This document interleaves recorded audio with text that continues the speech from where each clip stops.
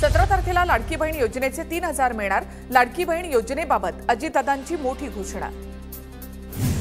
योजना चालू राहण्यासाठी आमच्या नावापुढची बटणं दाबा।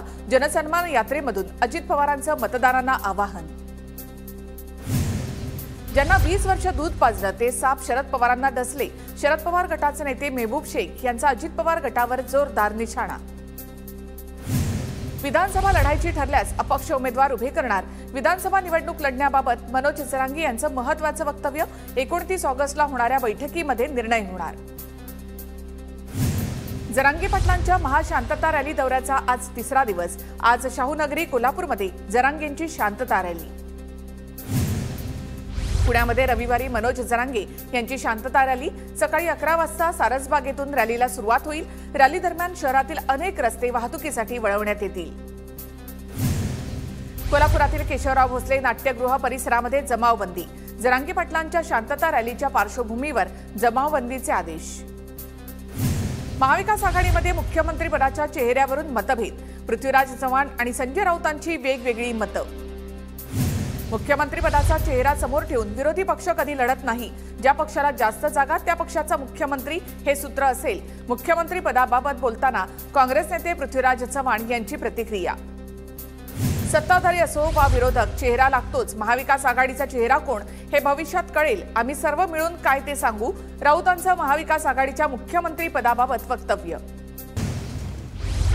मुख्यमंत्री पदासाठी आधी महायुतीने चेहरा द्यावा मग आम्हाला विचारावं। जयंत पाटलांनी मुख्यमंत्री पदाच्या चेहऱ्यावर बोलणं टाळलं। दिल्लीमधील बैठकीनंतर संजय राऊतांची मवाळ भूमिका। आधी ठाकरे महाविकास आघाडीचा चेहरा असल्याचं राऊतांनी दिले होते संकेत। दिल्लीमधील बैठकीनंतर संजय राऊतांचे सूर बदलले। महाविकास आघाडीमध्ये जागा वाटपात सुरुवातीला 156 जागांवर चर्चा होणार। काँग्रेस 2 नंबरवर असलेल्या मतदारसंघांवर दावा करणार। सूत्रांची माहिती। जागा वाटपाची चर्चा झाली। जिंकेल त्याची जागा हा फॉर्म्युला। राऊतांचं वक्तव्य। तर जागा वाटपावर अधिवेशनानंतर चर्चा होणार। जयंत पाटलांची प्रतिक्रिया। 11 ऑगस्टला राज ठाकरे महत्त्वाच्या पत्रकार परिषदेमधून मराठा आरक्षणावर भूमिका मांडणार। मराठवाडा दौऱ्याच्या वेळी मराठा बांधवांच्या आक्रमक भूमिकेनंतर राज ठाकरे काय बोलणार याकडे लक्ष। पश्चिम महाराष्ट्रामधील आमदारांना फडणवीसांचा कानमंत्र। पश्चिम महाराष्ट्रामध्ये लोकसभेला झालेल्या गद्दारीला कामातून धडा शिकवा। लोकसभेत फटका बसलेल्या मुद्द्यांचाही बैठकीमध्ये आढावा। 7ही विभागांमध्ये मुख्यमंत्री आणि दोन्ही उपमुख्यमंत्र्यांच्या सभा होणार। 20 तारखेपासून महायुतीमधील 3ही नेत्यांच्या जाहीर सभा। कोल्हापूरमध्ये पहिली सभा पार पडणार।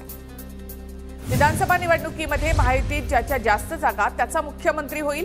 भाजप नेते गोपाळ शेट्टींचं मुख्यमंत्री पदाबाबत मोठं वक्तव्य।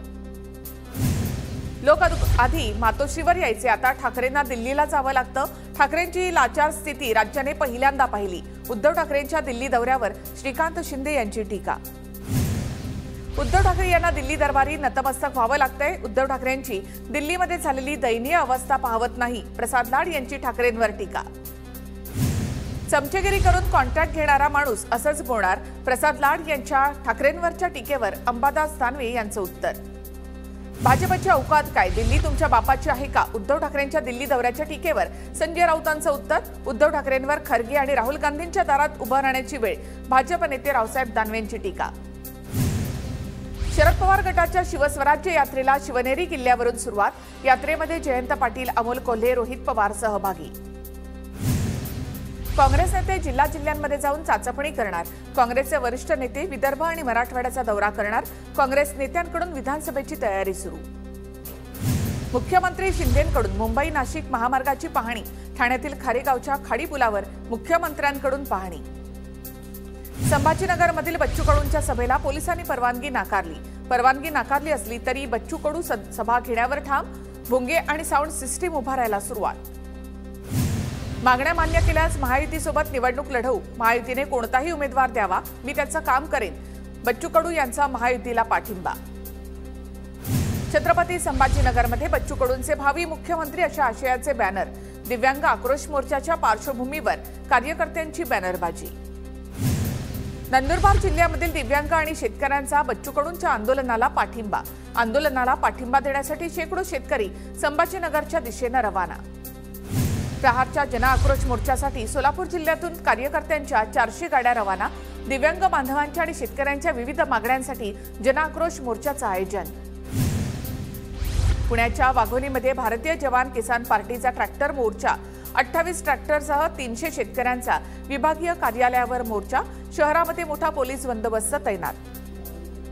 ठाण्यामध्ये डम्पिंग ग्राउंडच्या विरोधामध्ये भाजपचं जोरदार आंदोलन। भाजप कार्यकर्त्यांनी घंटागाड्या फोडल्या। वागळे इस्टेट परिसरामध्ये मोठा बंदोबस्त। मुंबई विद्यापीठाची सिनेट निवडणुकांची तारीख जाहीर। 22 सप्टेंबरला मुंबई विद्यापीठाची सिनेट निवडणूक होणार आहे, तर 25 सप्टेंबरला सिनेट निवडणुकीची मतमोजणी। मुंबई विद्यापीठाची सिनेट निवडणूक 22 सप्टेंबरला। युवा सेनेचे सर्व 10 उमेदवार आज दुपारी 2 वाजता उमेदवारी अर्ज दाखल करणार।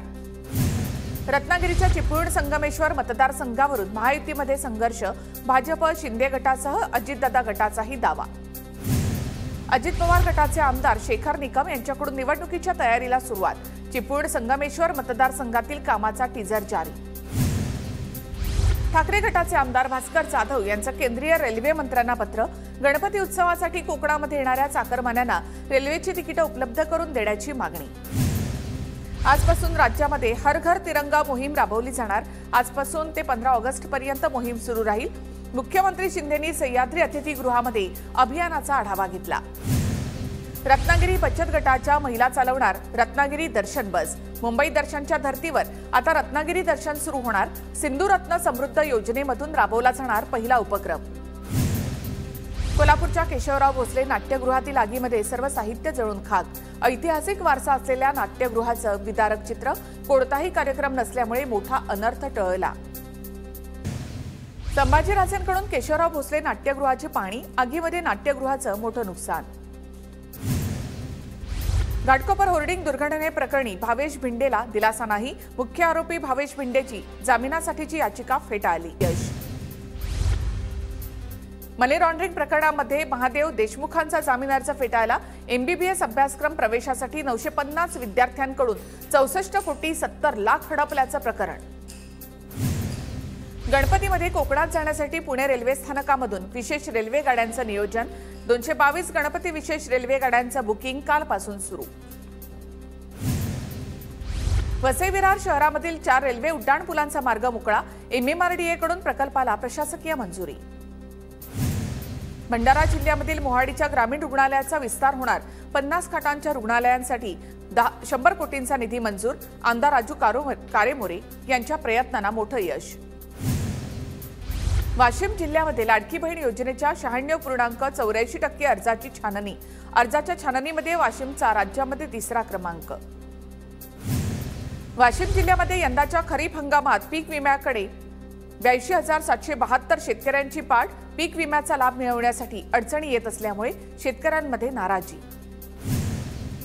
कोल्हापूरच्या हातकणंगलेमधील कोरोची जिल्हा परिषद शाळेमध्ये CCTV यंत्रणेचं उद्घाटन। ग्रामपंचायत फंडातून CCTV यंत्रणा देण्यात आली।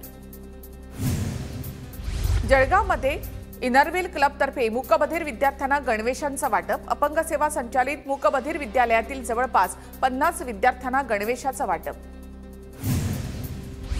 नांदेड शहरामध्ये आदिवासी दिनाच्या निमित्तानं रॅलीचं आयोजन। डोक्यावर मोर पिसारा, हलगीच्या तालावर आदिवासी बांधवांनी ठेका धरला। पालघरमधील जिल्हा परिषद शाळेतील विद्यार्थी अद्याप शालेय गणवेशापासून वंचित। विद्यार्थ्यांकडच्या गणवेशासाठीचे कापड हे पंचायत समितीच्या शिक्षण विभागामध्ये तसंच पडून। वसई विरार पालिकेच्या वतीने आज जागतिक आदिवासी दिन आणि 9 ऑगस्ट क्रांती दिन मोठ्या उत्साहामध्ये साजरा। ध्वजारोहण करून हुतात्मा बाळ सावंत स्मारक चौकामध्ये हुतात्म्यांना आदरांजली वाहण्यात आली। ठाणे जिल्ह्यामधील शहापूरमध्ये आदिवासी दिन मोठ्या उत्साहामध्ये साजरा। मिरवणुकीमध्ये पारंपरिक वेशभूषा करून तारपा नृत्यासह विविध कला सादर। जागतिक आदिवासी दिनाच्या निमित्तानं गडचिरोलीमध्ये पोलिसांची बाईक रॅली। कॉम्प्लेक्स परिसरामधील जिल्हा पोलीस मुख्यालयामधून बाईक रॅली निघाली। नाशिकच्या चांदवड बाजारपेठेमधील मुख्य रस्त्यांची चाळण। खड्ड्यामध्ये फुलं टाकून रिपाईकडून अनोखं आंदोलन, तर रस्त्याची दुरुस्ती करण्याची मागणी। जळगावच्या पाचोरा भातखंडे रेल्वे भुयारी मार्गामध्ये खड्डे आणि चिखल। सततच्या अपघातांमुळे नागरिक त्रस्त। ठेकेदारांकडे समस्या सोडवण्याची मागणी।